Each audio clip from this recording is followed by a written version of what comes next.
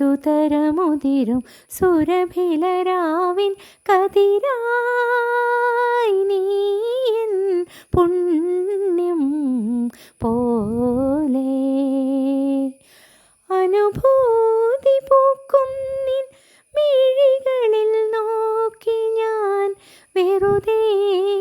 ഇരുന്നേറെ നേരം കരളിൻ്റെ ഉള്ളിലോ കാവ്യം